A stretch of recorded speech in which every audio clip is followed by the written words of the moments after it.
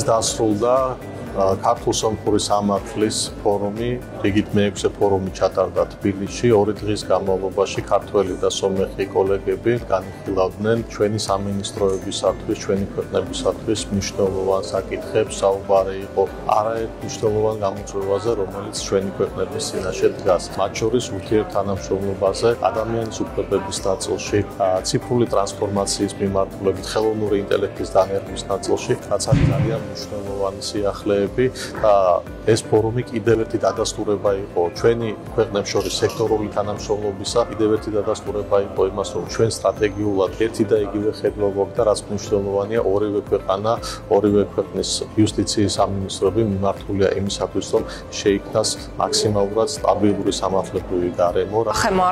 მოხარული ვარ, რომ მე-6 სომხურ-ქართული სამართლებრივი ფორუმი წარმატებით დასრულდა. მნიშვნელოვანია ის ფაქტი, რომ ფორუმის ფარგლებში ჩვენ შევქმნით სპეციალური ჯგუფი, რომლის საშუალებითაც შესაძლებლობა გვექნება თანამშრომლობა უფრო ინტენსიური გავხადოთ. იმის გათვალისწინებით, რომ ქართულმა მხარემ უკვე გაიარა ვიზა ლიბერალიზაციის მიღების პროცესი, ჩვენთვის მნიშვნელოვანია თქვენი გამოცდილების გაზიარება. ამ პროცესში მეტად ჩართულობა და მომავალში შეცდომების თავიდან არიდება. დიდი მადლობა ქართველ კოლეგებს ფორუმის უმაღლეს დონეზე ორგანიზებისთვის.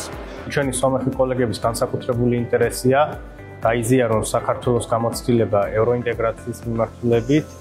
როგორც საზოგადოებისთვის ცნობილია, მათ სულ ახლახანს დაიწყეს რეფორმების განხორციელება ვიზა ლიბერალიზაციის სტანდარტების დასაკმაყოფილებლად და ჩვენ მოხარულები ვართ საქართველოს გამოცდილება გავუზიაროთ ამ მიმართულებით.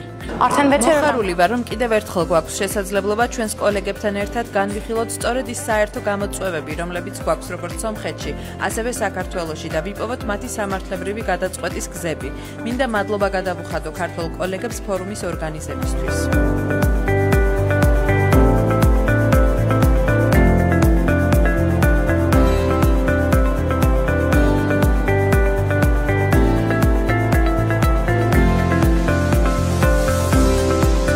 თბილისის ცენტრალურ იუსტიციის სახლში ვუმასპინძლებ სომხეთის რესპუბლიკის იუსტიციის სამინისტროს დელეგაციას იუსტიციის მინისტრის ხელმძღვანელობით ადგილზე გავაცანით სერვისების მიწოდების ქართული მოდელი და ის 500-მდე სერვისი, რომელსაც ყოველდღიურად იუსტიციის სახლი მომხმარებელს თავაზობს.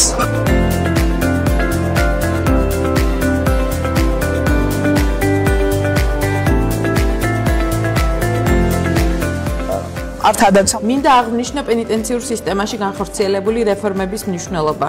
წინა წლებშიც ვიმყოფებოდი 2 ქართულ პენიტენციურ დაწესებულებაში. განსაკუთრებით მოგვეწონა პატიმართა დასაქმების შესაძლებლობები.